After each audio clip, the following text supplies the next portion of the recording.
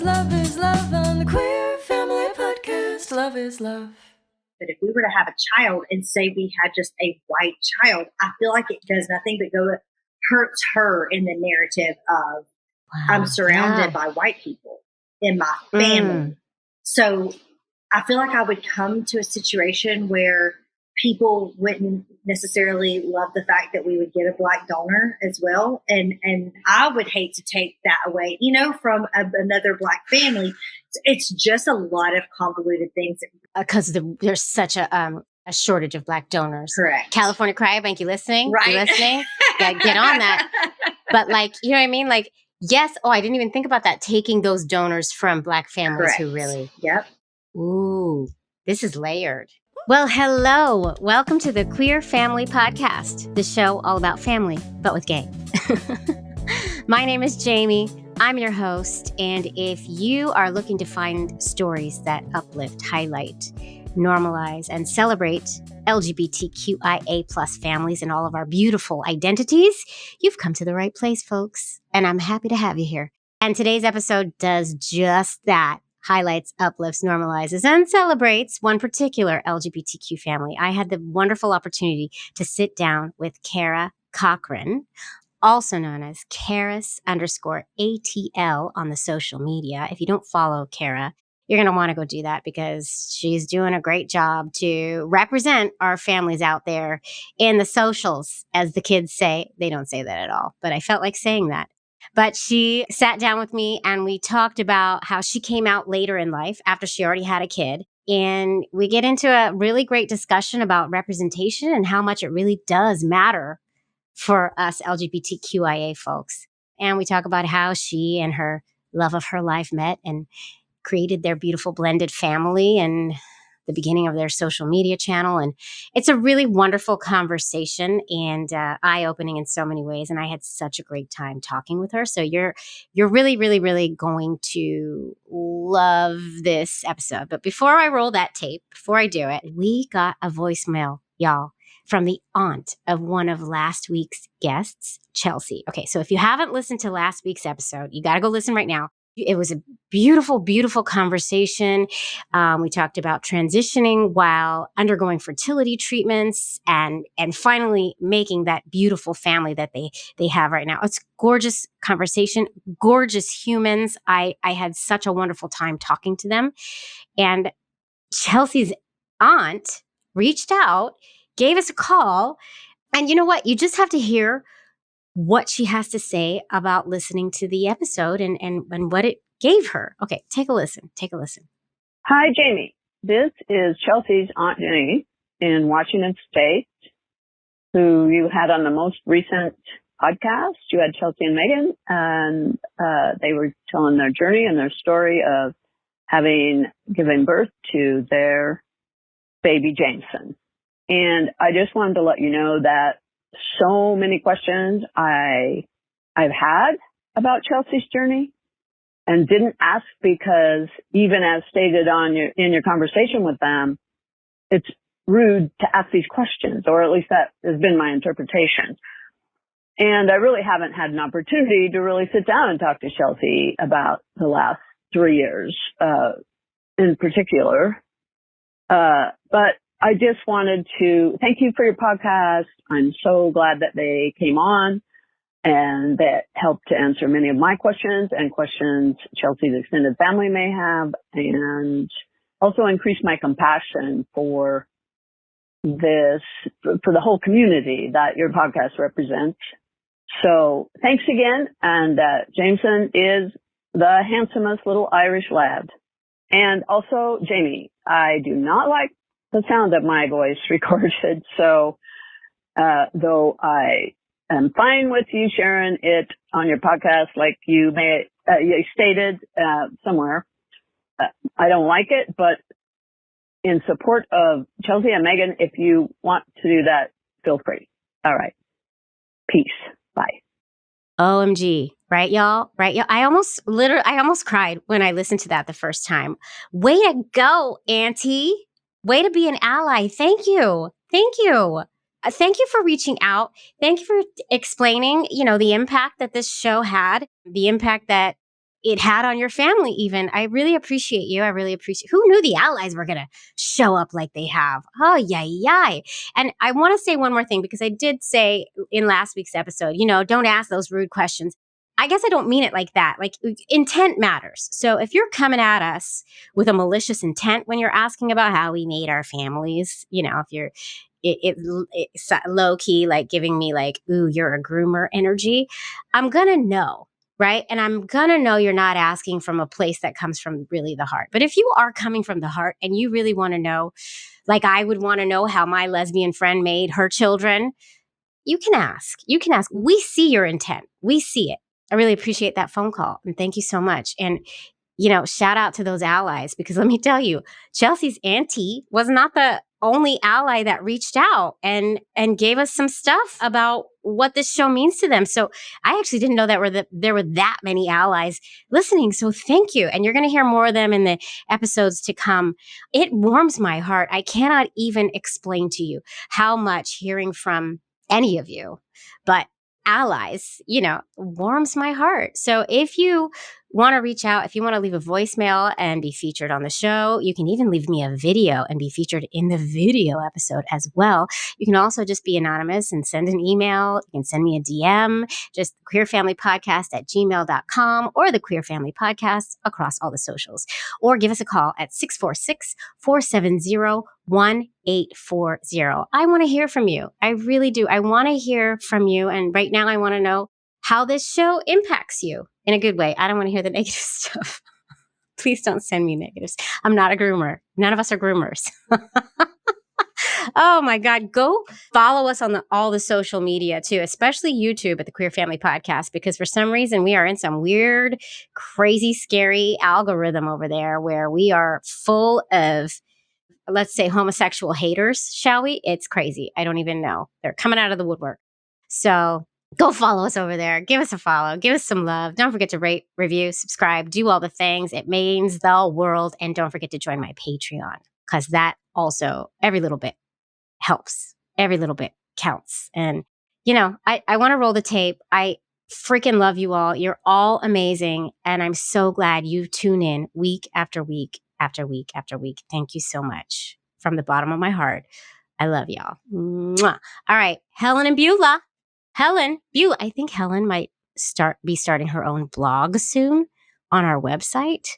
I heard her low key talking about it. For reals, y'all. Like smoking a cigarette, typing one finger at a time, a blog about all the episodes. I'm not even kidding. I'll let you know if it actually happens. Let me know if you want Helen to do that, because I might have to give her a friendly nudge. I'm not ready to be yelled at, but I'll do it for you. I'll do it for y'all if you want it. Helen's not real. It would actually be me writing the blog. But it would be funny. Anyway, okay. Helen, Beulah, my loves, please roll that tape. Thanks, y'all. Thank you. Queer Family Podcast. Love is love. Hi, Cara. Hi. Thank you for having me. Thank you for coming. I'm so excited to have you. I follow you. Aw, and I follow you back. If you don't follow Cara, you need to get over there and follow Cara right now. It's Cara's ATL on the Instagram. That's the one I know. Yes. And is that how you're supposed to say it? Because that's how I say it. Yeah, Cara's ATL. And I do it on Instagram, TikTok, and YouTube, all three. Every platform, I'm Cara's ATL. Make it easier. And Cara is like showing Cara's beautiful, beautiful family. And it's amazing. And, you're a trailblazer. And I'm so happy you're out there doing that thing. So I appreciate you. Let's get right into your elevator pitch. For those people living under a rock who actually don't know who you are, you're going to give us your 30-second elevator pitch of who you are and why you're talking to the Queer Fam Squad over here. Okay. Don't worry. I will not cut you off. It's just a way to make you slightly nervous. And it's right. fun. You're succeeding. You're succeeding. So I'm going to give you a countdown and you go for it. I'm never going to cut you off. You just keep going. Don't you worry. I'll just put the clock down when you pass the 30 Oh, when it past 30 seconds, I'm going to say, and I'm done. I'm done. Because I'll talk for 3 minutes. So let's not. Okay. Well, that's good because you need to talk. You're on a podcast. All right, here we go. On your mark, get set, go. My name is Cara. I came out later in life at the age of 30. and I had a daughter and was actually also married prior to two different situations. But I came out when she was about 2.5. And then I ended up meeting my partner several years later when she was 5, who also is named Cara. We ended up just forming a family about the age of 6 is when she finally officially met Mila. When she met Mila, she became a mom. And it just really all built on top of that. So I started sharing my journey and our story of basically coming into queer life. And it was just all about community for me. I wanted to make a space where I could reach out and connect with other queer people because it was so hard being in the South. We live in Atlanta, Georgia. I guess I should have mentioned that. It was just a very difficult transitional time for me personally. I didn't grow up with anybody else that was queer or definitely no queer families. So I really wanted to connect with more queer people and queer families. And so I told Cara I wanted to really get a lot of thoughts out there. And she said, well, what about doing a blog? And I was like, that's too much commitment. It's a lot of writing. Yes. I said it'll basically turn into a book. I was like, no, I don't want to do that. She said, well, what about using Instagram as set caption links so you can just have little discussion. So I started doing that. And then it just kind of snowballed on itself. And I found this whole queer community that I just immersed myself in. And I mean, I love it. That's what the main thing about that, my page, any page that I have is that the whole basis of it was for community, was for all of us to have a safe space to come together, to talk about difficult conversations, to talk about, have a space. I have so many people that reach out to me that are like, I'm married and I know I'm gay. I'm struggling. Can you help me? Of course, I never came out when I was married. That didn't happen at that time. So a lot of times I try to send them in other areas. It's been such a huge healing process and just an amazing outlet for me to really just connect with everybody, but then also to share my family and be that representation that I never had. That was huge part for me. You're speaking to my heart right now because you and so many other influencers who I've talked to who are doing the same kind of work as you and this podcast all came from a personal need of needing to feel a sense of community, right? Yes. And then you realize once you put it out there, there are so many more of us out there who are feeling the exact same way, who need to see that representation, who need to see that visibility. Yes. So I love that you did that. I love that you're doing that. And I love the perspective you bring to it, having come out later in life. Yes. Already with a family. So let's take it way back. Okay. Let's take it to Cara before Cara knew Cara was queer. Let's go, where did this all start? Because let's go back to where you want to take it. Gosh, I think, to be honest, it was several different moments in my life that I knew I was different. Even starting back when I was in high school, I knew that I was attracted to girls. But I didn't even know what that meant. And I knew no one, and I mean no one, that was queer. I just knew, I did not know anybody, which is so funny because, my aunt actually came out later in life. Ooh. Yeah. And I had an uncle that's queer, but it was never talked about in my family. It was told to be, they don't bring their partners around. We don't talk about that. So that was just very hidden from my family that we had family members that were queer. It's weird because I did not grow up knowing that or knowing about them, or actually all I knew was that they were living a sinful life. Right. And the children can't know anything about that. The children can't, especially the children, right? Especially the children. Exactly. Which is oh my God. Yeah. But also you grew up in. Oh, I grew up in Alabama. Oh, okay. Yes. Even worse. Uh-huh. So I didn't say that, but no, it's so true. There was that issue. So I felt like I was very alone in this. So I was just I'll just keep it pushing. What was the norm in this Southern country living is meet a boy, you date a boy, you get married to said boy, you have kids with said boy, and you go about your business. Yeah. So I met a guy in my senior year of high school, and then we kind of dated on and off. It was a very abusive relationship. Oh, no. Yes, it was very horrible, and it was just tumultuous. But the sad part about it is that we were best friends, but it was there was a lot of jealousy from his side, and even at one point in time, he accused me of being gay, and I was like, "No, I'm not." But it's so funny, just like I said, these pockets of things that kept showing throughout my life, and that was in college. Right. That all happened. Right. So then I just decided, like, I kept thinking, if I would just get married to him, things would get better. And, the typical issue with abuse. You know what? I had a boyfriend in college who accused me of being gay too. And it was kind of an emotionally abusive relationship. Yeah. And him accusing me of that was like the worst, because I think I knew deep inside it was true. Yeah. That damaged me in so many ways. Yeah. Yep. That I don't even know how to explain. Yep. Do you know? Like, that was, I totally understand what you're saying. You almost feel outed in that moment. And you're just like, no, that's not true. Like, why would that be who I am? Like, what do you mean? Right. Like, I'm with you. Where do you even see that? Yes. Although in my case, he did actually read my journal, and I had drawn a picture of this girl I had a crush on, like naked. So, I mean, it was like kind of obvious, but yeah, exactly. Like, where do you see that? How can you possibly see that? Yep. Right. So he said that I had like a fascination or fixation on women. I was like, well, you're not wrong. So anyways, we ended up getting married. 3 years into the marriage, we get divorced. It never got any better. It only got worse. So it just completely blew up. In college, I had a crush on my best friend. Yeah, of course you did. But right. But I never told her because why in the world would I tell her when she had a boyfriend?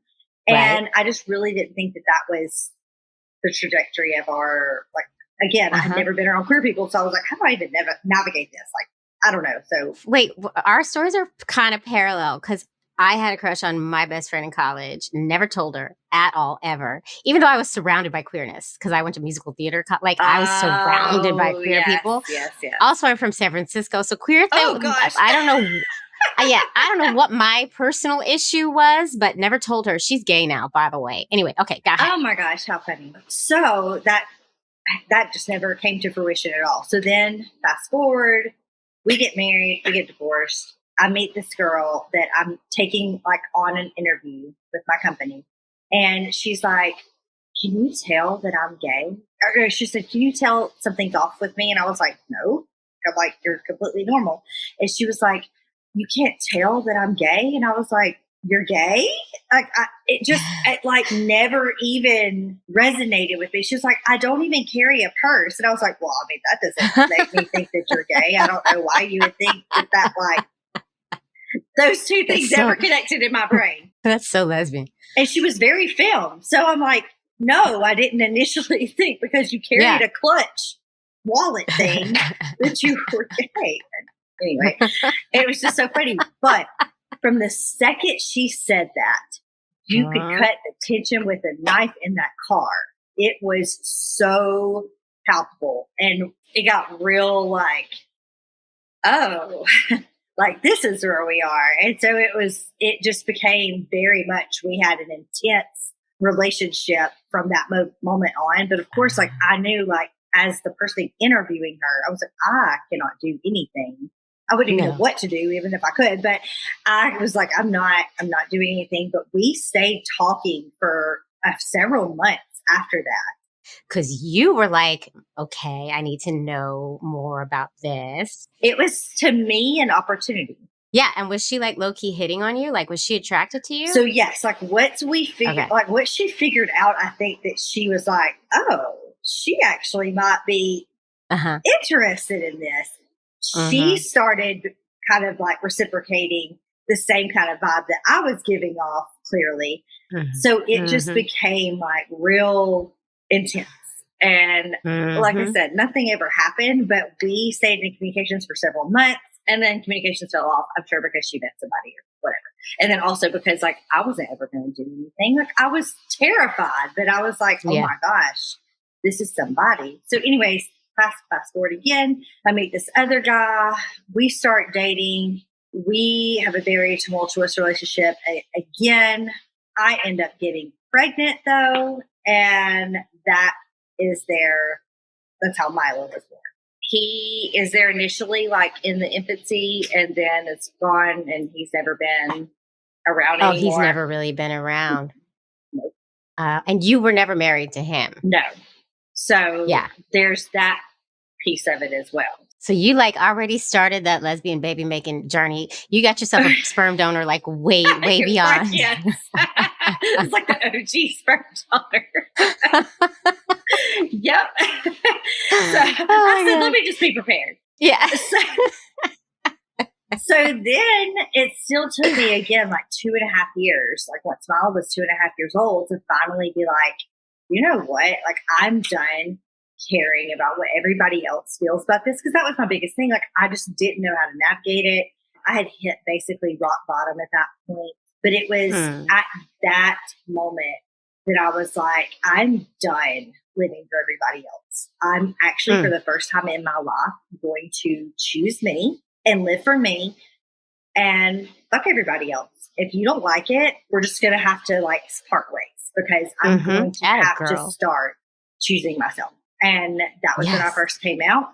And I did not actually know that I was a lesbian when I first came out, because I was like, I don't even know how to navigate this. I just know that I like women.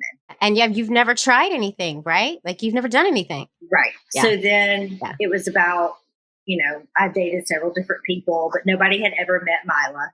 I kept that separate until I met Cara. So that's how we lead all the way up till, and you know what? I don't even remember how old I was when I met her, because it was in 2018. And I was 33, I guess. Yeah. Okay. 33. So, and you only came out at 30. Yes. Can I ask you, how did your family take it? Because my dad's sister is gay, he was a little bit more accepting, I think. But they both thought it was a phase. Both him and my mom thought it was a phase. They thought that same. I was just going crazy and I had just not like got my bearings back yet with like everything that had happened to me, and that I was just really going through a lot. It just didn't make any sense to them how I had been married, how I had a child with a man, how I'd always been with men and never been with women. But I'm like, how do you expect me to be with women when I've never been around queer people? I didn't have an opportunity. To them, there were no signs. There were absolutely, this is completely out of the blue. Whereas to you, all the signs were there, but that's so internal, right? Yes. I mean, and two, you got to think about it like this. We were always shown that gay people look like Ellen and Rosie. I did not look gay to them. Right. I looked like I should be, in Southern Living with my picket white fence and this man and our two kids, a boy and a girl, like that's what I looked like to them. And I was just like, I don't fit in that though. I've tried. I tried and I tried to fit and I never could. That's why I always ended up being in these like terrible situations with these terrible dudes. And like, because I never could square peg round hole. I could not fit it in. And that was, the crux of the situation. All they know is the stereotypes of what absolutely quote unquote gay people are and look like. Yep. And that's all you've been shown. Right. So how do you find? Yeah. So then you do it. They've come around, obviously, right? Yes. We've had other issues though, because we have them resolved now. But there was a long span of time when they would not look at Cara W as a mother. So they viewed her as just my partner, but not necessarily Mila's mom. So like there were many Mother's Days that were missed because they just would not look at her as a mom. And finally this past Mother's Day, the one before, me and my mom had a huge blow up because I finally was just like, I've had enough. Like, because my sister has her husband, but her child is not from her husband. Because I was going to say there's 2 layers to this, but now you're going to tell. Okay, go ahead. Her husband is not her child's biological father, but he, in all intents and purposes, is her dad. And that is how she is looked at. That is how he is looked at. Like, it was a very natural progression for them. And I felt like it was so, and they came together after we were all together. So I was like, it was so natural for y'all to make that transition, but it wasn't natural for them to make the transition of her being a mom, me being a mom.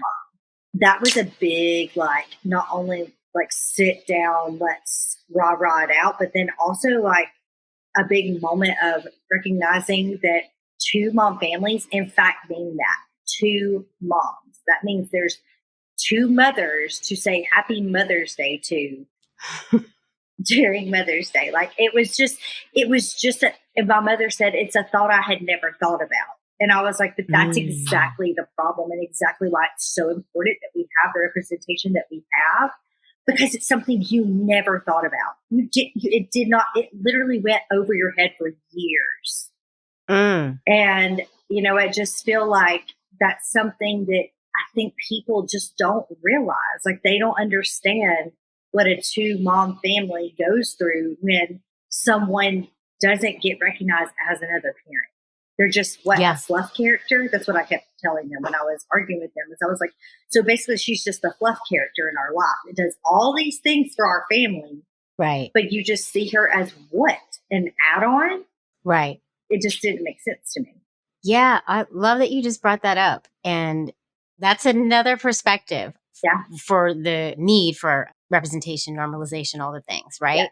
Because that's the thing. It's sometimes it really is just the case of it not being on people's radars. Absolutely. Just something they've never navigated before. So to them, they don't think about it.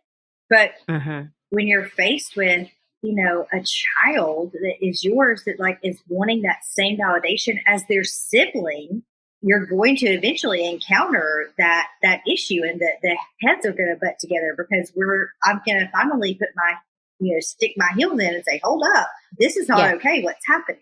Because I did have that conversation with my parents early on. When I first came out to them, I told them, like, if my partner is not going to be invited to Christmases and Thanksgiving and birthdays and whatever, like, I'm not going to come.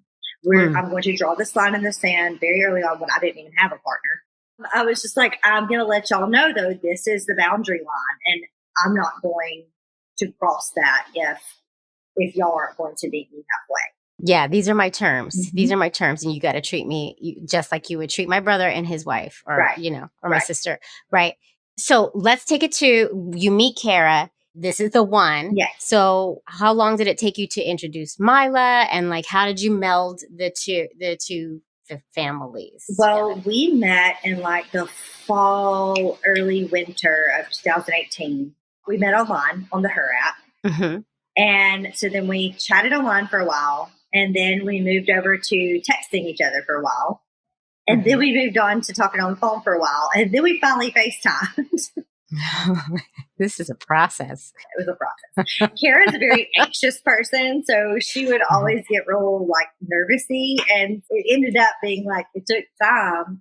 And plus, like, I was nervous. I mean, it was still to me early on in my queer journey. You know, we're only 3 years in, and I'm like, I've met someone that I really, really like. You know, not that I didn't like some other ones, but like I really felt good about her. She felt solid to me. She felt safe. And I think that was one of my very first like feelings of, I think I can let her meet Mila. That's safe. Yes. I love that. Yes. Yeah. Solid, safe. She lived in Atlanta at the time. So finally I went there and stayed with her. And it was just like, in that moment of like being face to face with her and like spending the weekend with her, I was like, oh yeah, this is probably the one. When you know, you know. Yes. So then it was about, I don't know, I want to say like 3 or 4 months later that she met Mila. It was a while, because I went back and forth to Atlanta on every few weekends and stuff like that, and just like hung out with her and got to know her better. And then finally I was like, okay, I'm going to bring Mala. So I was very nervous about that, obviously. What are the nerves about? I want to know, because I've never experienced something like this, like having my kids meet my partner or my lover or whatever. Well, I guess you're nervous because you're like, I don't want to introduce Mala to just any Joe Blow, right? Right. I don't want her to just be in and out of people's lives, or people be in and out of her life. So I'm very particular about that, about who actually gets to come around and be a part, because she loves people. She really like opens herself up. And then, if you're fun and funny and, she's going to really attach herself to you. So I finally was just like, I'm anxious because of that. I don't want it to all blow up. I was taking her to another state, another city, to like introduce her to a woman that I was dating. Like, I had never told her, like, this is a woman I'm dating before until Cara, because I wanted her to know me as a queer person by myself first. Right. Wow. Good for you. Well, because I just wanted her to understand somebody else did not make me gay. I'm gay by myself. I'm the queer person. If I choose to have a partner, we'll be together. But like, I wanted her to understand. I didn't want her to think, oh, mom decided to be gay because such and such came into her life. That was never the case. So I wanted her to understand that this was me singularly by myself. I love as that. a queer person. So after, like, once we established that, I think it was easier when I brought Cara in and like introduced her as, this is my girlfriend. It still was foreign though to Mala, because she had never seen me queer couples. She had never seen me with another person. So she's still trying to like wrap her head around it, but she's like, okay, and she really loved Cara. And Cara always wanted a family. Okay, that's another question. Like, you're bringing a kid into the whole mix. So it ended up just being perfect because Cara had always wanted a child. So it worked out so well that I just happened to have a child. Like, I remember talking to several people on the Her app, right? And a lot of times either they wouldn't bring up Mala, and I put that I had a child, or B, they would kind of mention it and just be real blasé about it. Cara directly said, like, and who's the little cutie that I see? And that, like, she was just very much invested from the beginning. I could just, she just gave off a different vibe than anybody else had given off. She was really like, I'm totally not bothered. Actually, I love the fact that you have a child. Oh, go ahead, Cara. It was just great. And then when she first met Mila, I always say, like, in that moment, she became a mom. Because it was in those meetings that she was like, I love this child. Like, it took us forever to say I love you too, by the way. We're not your typical lesbians.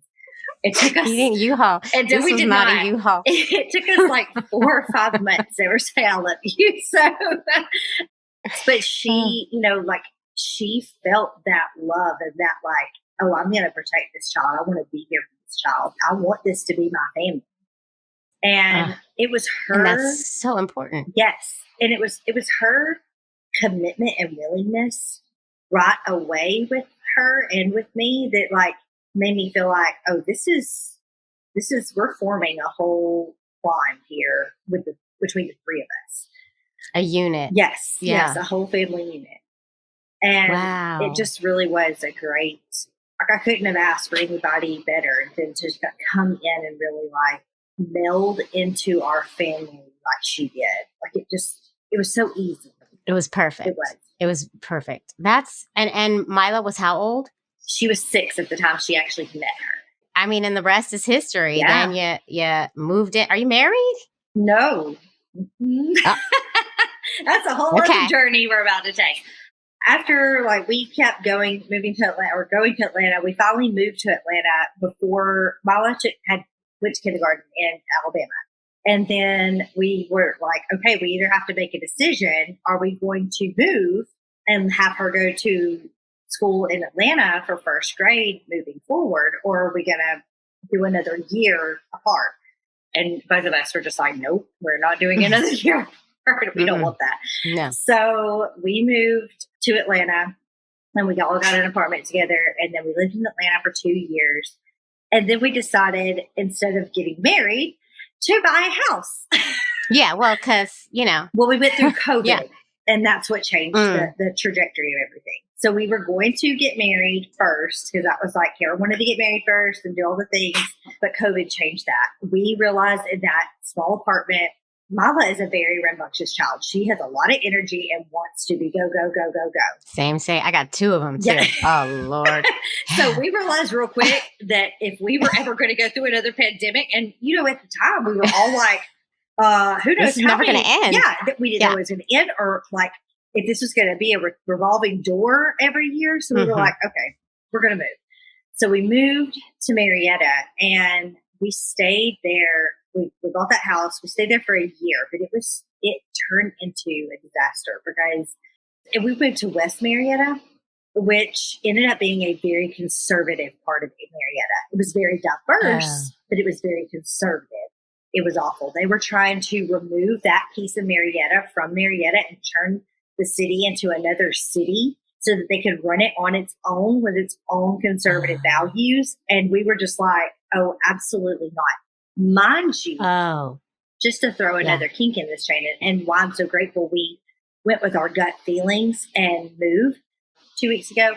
A teacher in the other elementary school, not the one Mila went to, but the one right beside it, was fired in 5th grade for reading an inclusive book that was on the book fair's list. Like the county had said this, or the district had said, this is an approved book. She read it to her classroom. A parent got mad and took her to court, and they fired her in that same space. Oh my God. So it's already scary enough, like in general, but you were in the, it seems like in the heart places. Yes. So we're so thankful, like we knew to get out. Like we just had this feeling, like I said, well, regardless, because they didn't win. The city didn't turn into another city. But we were like, regardless, these people are going to keep coming. They're going to keep advocating for more conservative views and values and whatnot over here. Like, this is just not our cup of tea. Like, we had our Stacey Abrams sign out in our yard. Like, we are not your conservative people. So we were like, we got to go. So then we moved to the other side of Georgia. That was last year. Best move we've ever made. So we're finally settled. There are safe spaces in the South. Yes. You just have to find them. You just have to find them. And you have to just do your research on the schools. And we felt so much better about the school. And I can't even rave enough about Mila's teacher last year. She taught so much when it came to Black history, when it came to inclusivity for everybody, when it came to queer families. Like, she was such an advocate for everything. And I love that about her. It literally gave us the very first taste of that since we were in Atlanta.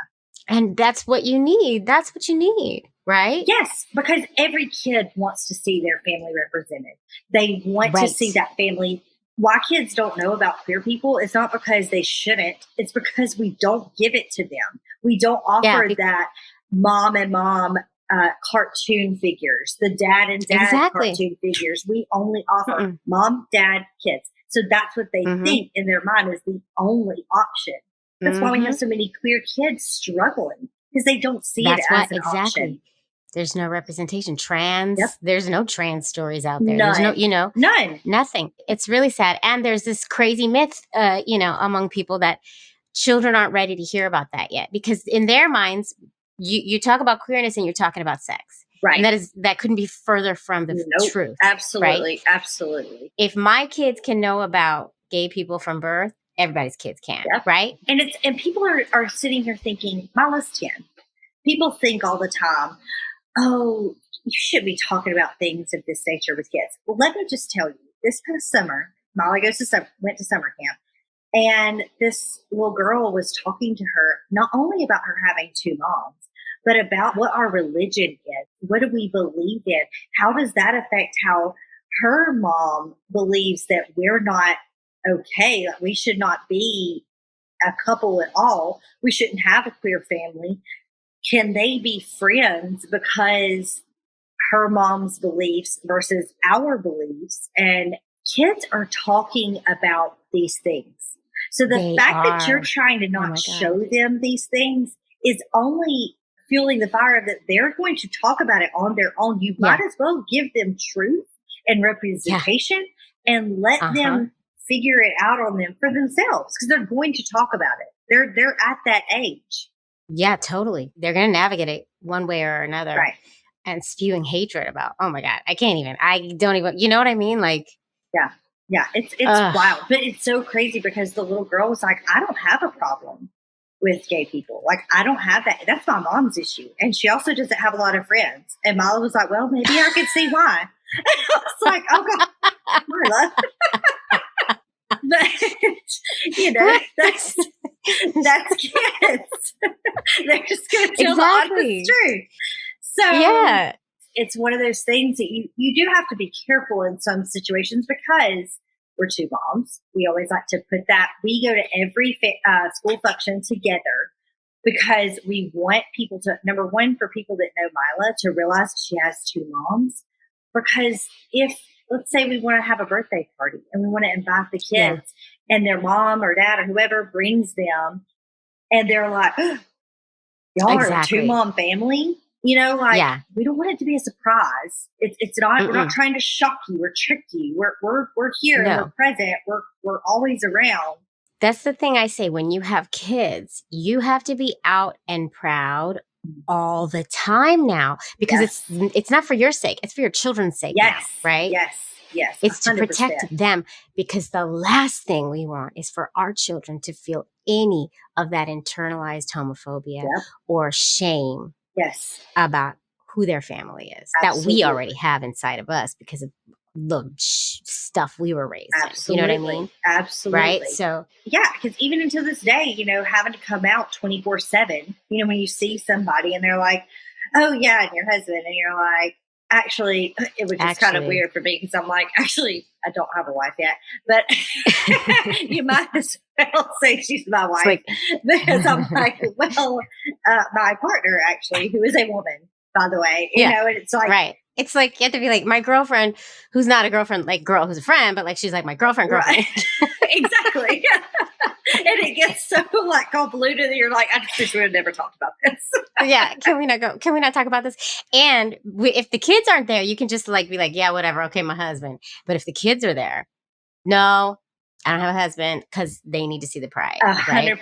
1,000%. That's exactly. And Mila has started telling people right up front when she meets them, I have two moms. Yeah. Are you okay with it?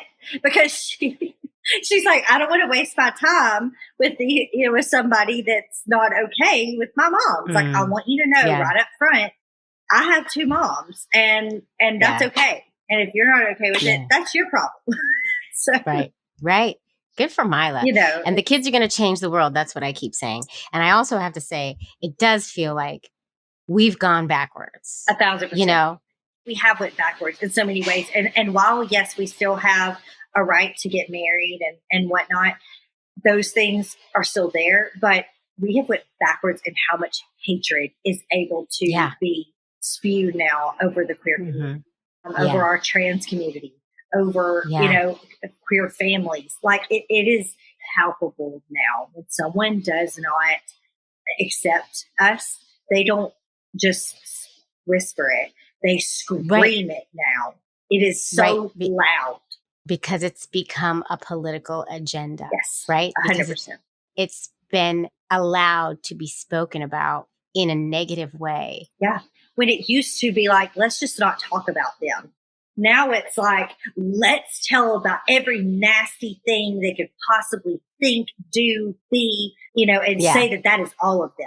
And that is everybody. But of course they say, let's take back the real family values and get rid of these groomers. Yeah. That's what it is. Which is wild, because what they base their real family values on is just a sole Christian belief. Oh, and why we're still there as white Christian. Yes. And why we're still there as a country, as a world, and as a whole, when there are so many other religions out there.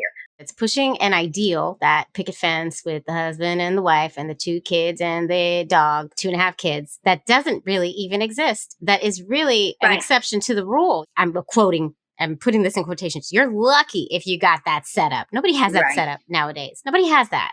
That's not it. And everybody's white, right? Oh, yes. No, everybody's white. That's not reality. Right. Yes and yes and yes. And I love that you're out there being visible. And I love your family. Are you going to have more? We thought about it, but I don't think so. Here's why.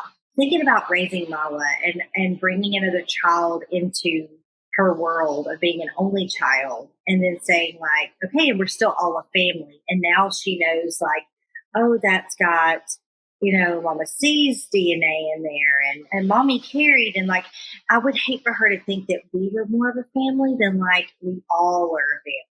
Right. That's an interesting thought and an interesting perspective. And I get it. Yeah. And then you have to go through the whole prospect or the whole situation of there's a lack of Black donors in this world.